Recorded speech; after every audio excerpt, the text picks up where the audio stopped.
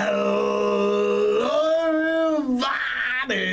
I'm Kanard Lewis, and what do you know? This is our second interview for season 11. And who do we have here, folks? What is your name? My name's Allegra. Oh, Allegra. Allegra, it is nice to have you on the show, honestly, because, here we give interviews, we get deep into our lives. So, just before we get asked those deep questions, just give me a little background of who you are, name, obviously, major, stuff like that. I'm Allegra Fryer. I'm a sophomore, and my major is history with a minor in African American studies. African American studies, that's a interesting course. Why did you want to minor in that? I just wanted to learn more about, just diversity in general and, what other people go through, and just, learn how to debunk white privilege and everything. And you said that your major is women and gender studies? History. History. So why history? Why not math, science, or... Because I suck at math. Math. I chose history because, I don't know, I always loved it. I love reading, and I don't know, I feel like with history you kind of have to have imagination. You have to, put yourself in other people's footsteps when you're reading about it, and I just like to argue, and I don't know, I just like it. All right. Learning about other people. People are interesting. No, that's an interesting concept to think about. But, for you as an individual, you being Allegra, you being a sophomore, you being in college, what made you who you are? If you were to narrow it down to maybe 3 to 5 things of what really made you Allegra, what struggles are you shaped to? And, if you don't mind saying. Probably, I don't know, being raised by my parents. That's a struggle. Everyone's different. You don't always get along with them.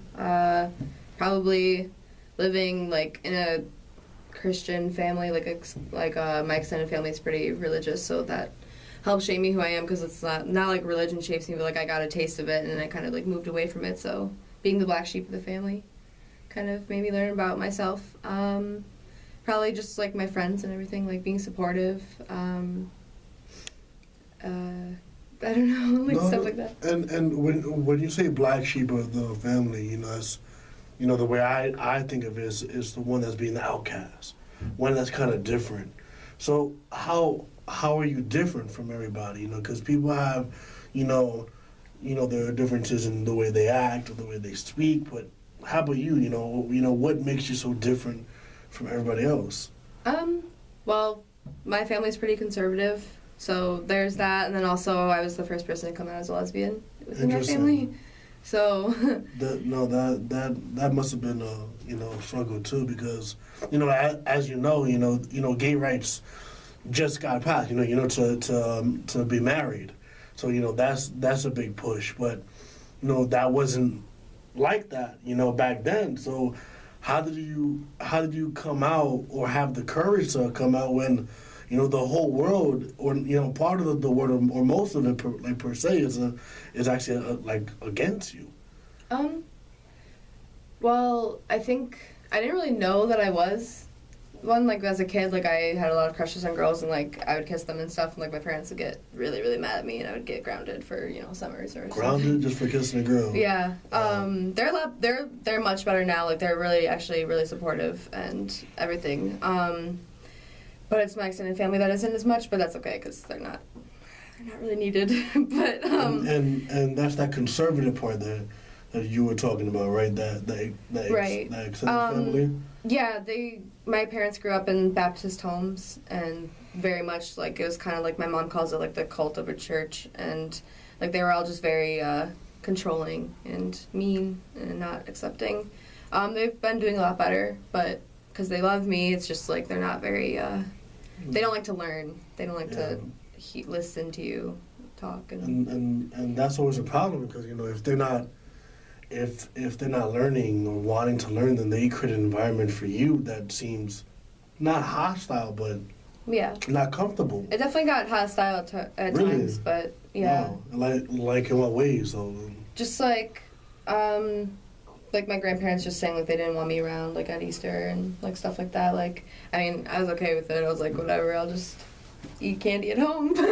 Nah, but that was a reality for you. Yeah, like, I don't know, I just, like, never really fit in with them as a kid even, so it just kind of, it made sense to me when I came out, like, why I didn't ever feel part of, like, their family, and also just, like, I'm not bashing religion or anything, but I just thought that religion should be more of a personal thing instead of something that, like, you force upon everybody, and that's what they were doing to you. Yeah. And, I mean, like, it's not like I don't know, like, what I believe, but it's just, like, I don't really want to be bullied into believing something. So I just never liked that as a kid, so I always just kind of stayed away from them. So it's not, like, a big deal, but I think that, like, just, like, seeing homophobia in, like, everywhere, like, globally, and then, like, having to deal with it at home and, like, living in a really conservative town was interesting. Like, I was kind of, like, technically, like, one of, like, the first, like, out of, like, 10 lesbians in that high school, like, that actually, like, asserted themselves and, like, had a voice, but I was definitely, like, the only one in the class who ever came out and stuff, so that was kind of hard. It was very lonely, but my friends were really supportive, so. So did you ever try to encourage the others? Because you said there was about 10 or maybe even well, they mean, like, they had graduated mostly before me. I just, like, have heard of them. It wasn't even, like, 10. I was just throwing the number out there. It was probably less. But, I mean, obviously there's definitely more people. It's just, like, that's all I knew of. Like, nobody really wanted to talk about it. And our school didn't want, like, a pride group. They kind of... to be ignorant or kind of, like, in the shadows. Like, I had to fight for a pride group, and I, like, kind of helped form one, and... like, actually, we, like, just this past year, we finally made it an official club at the high school, and then they shut it down after, like, a couple months of it being official. So it's not a group right now.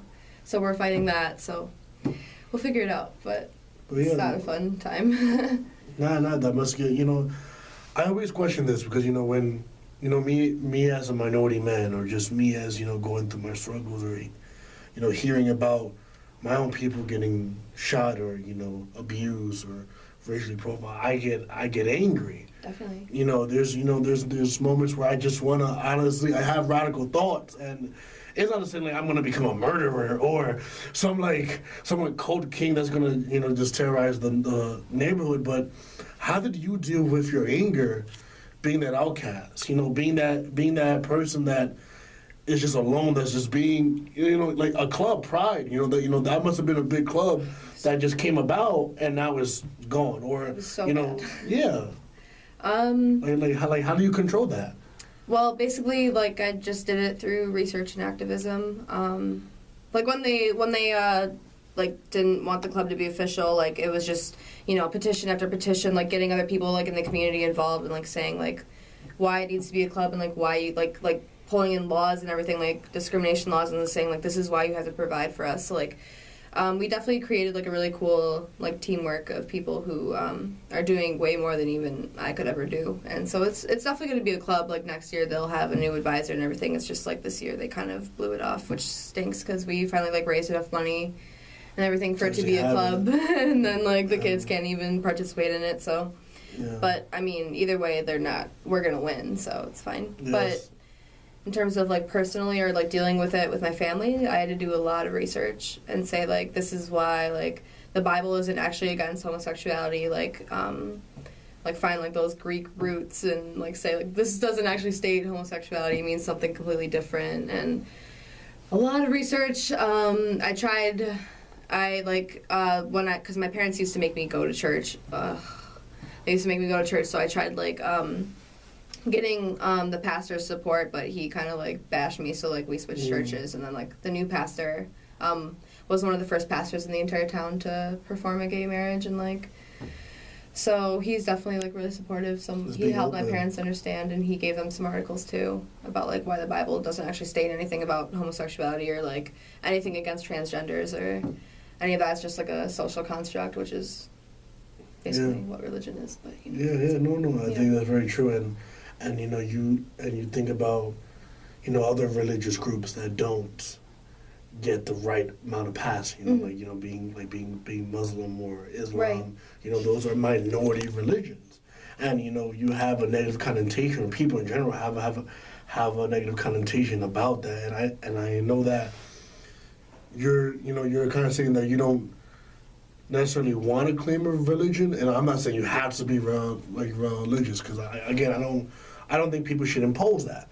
But was there a moment where you were, I guess, closer to God, but since people were kind of bashing you from the church and people were kind of enforcing their own ideas about religion that kind of made you want to pull away, or was it just all, I'm just not going to be part of the whole church? I always thought religion is interesting. It's one of the reasons why I study history. I mean, I love learning about it. I love hearing about, like, people's beliefs and their ideas about it. Like, that's really cool. Like, I always loved that. But, I don't know. I just never really felt right about Christianity. I really like a lot of the things about it. I like some things about a lot of religions. But I just, I don't know. I didn't like the whole organized aspect of it.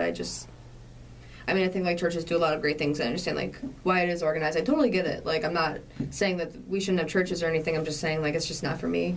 And I don't think it ever has been. Like, I never really felt comfortable at church. And I never really felt, like, I mean, I prayed and stuff, and especially when I was coming out, but, like, as soon as, like, I just, like, got a lot of, so much hate from it, especially from, like, those religious groups, like, I just kind of hated church for a while, and I hated, like, any idea of religion. Now I'm, like, definitely healed from that, so, like, it's, like, I'm not opposed to religion. If I ever have, like, an experience, like, I'm gonna try to look into it and, like, figure out what I am, but, I mean, right now I'm just kind of good to go with the flow. And I think that's what people should do more often. Yeah. You know, as a religious or not, it doesn't make you any better or worse of a person, and that's what sometimes when people are too sure of things, it's and people, if people want to get closer to God, then that's okay. If people don't, then that's okay too. It's just it's their reasons why they don't get closer. But in terms of you talk about growing up and just I guess going out of the closet and just openly being lesbian. How did the schools take it? In terms of kids, because you talk about your family and the churches, but you had to have gotten bullied as an 8-year-old or 13-year-old. Like how did that go?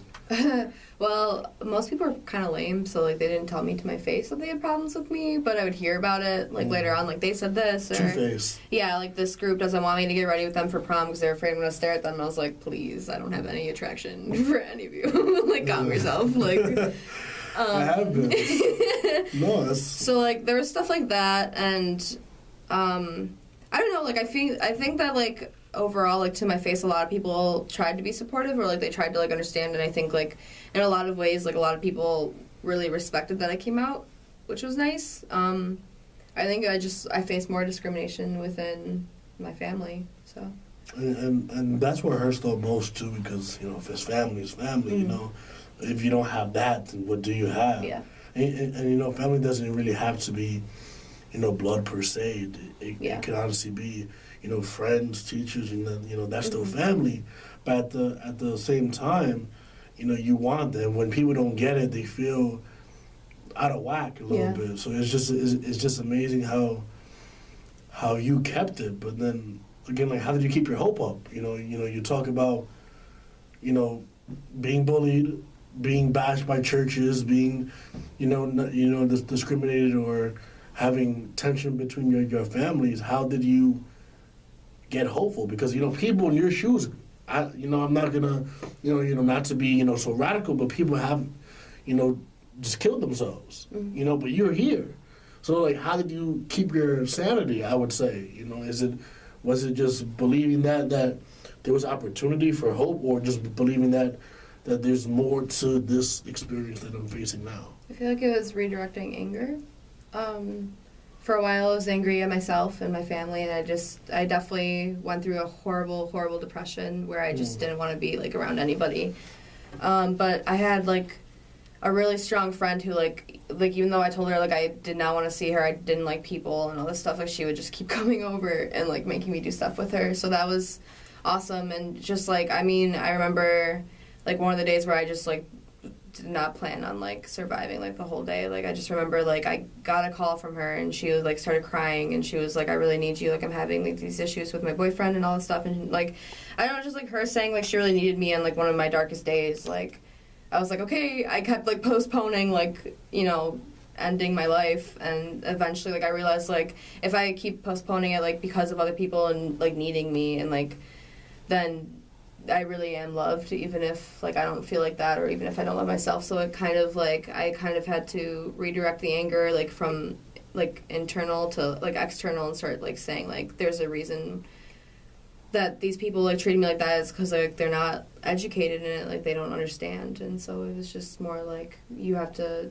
make people understand, or you have to try to let them understand you. And it's true. After that, like I just kind of really started appreciating life, and I just kind of learned to not depend on people as much, especially during that time, like spending so much time alone. Like I kind of learned to more appreciate things that are like beauty is constant in nature kind of thing. So like if I'm ever upset or if I'm ever depressed, I just go outside, even if it's like the coldest day. Like I just go outside and like stare at something beautiful and like climb a tree. I usually climb a tree or pick a flower, and it just makes me happy again, because it's like even if like I can't feel beautiful always constantly, or if other people can't, like at least like I can go outside and like see something or touch something that is, and it's just it helps ground you in those days. So well, that's good. And you know, before we get out of here, what's one piece of advice that you would give to people that are going through what you're going through, or you know, are just afraid to come out? To people who are afraid to come out, I would say listen to a lot of people's stories. It'll just give you inspiration. It'll make you feel braver, and also just do some research. If you're from a religious family, just like research Bible roots, like research old Greek roots for homosexuality, because you will find that like it totally does not mean like what they're saying. And I go into that, but that would take like forever.